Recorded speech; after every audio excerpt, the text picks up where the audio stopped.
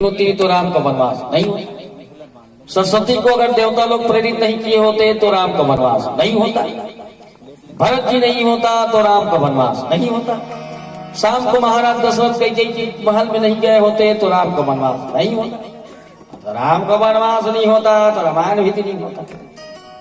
रामायण नहीं होता तो न ते होता न मैं होता। 2 साल के कोरोना काल में हमारे मन के कुछ नहीं होता। फटफटी बेचौल हो गई। भागवत बंद हो गए। कई जन महाराज के कार में जा गए ईमान से।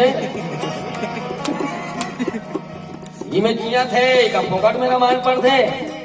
कौन ऐसे मानस प्रेमी है, कौन वेद व्यास है, कौन ऐसा भक्त है, कौन ऐसे महाराज है जे रामायण पढ़ के अनाथ आश्रम में जिन पूरा पैसा खपा देते। कोई बताया समाज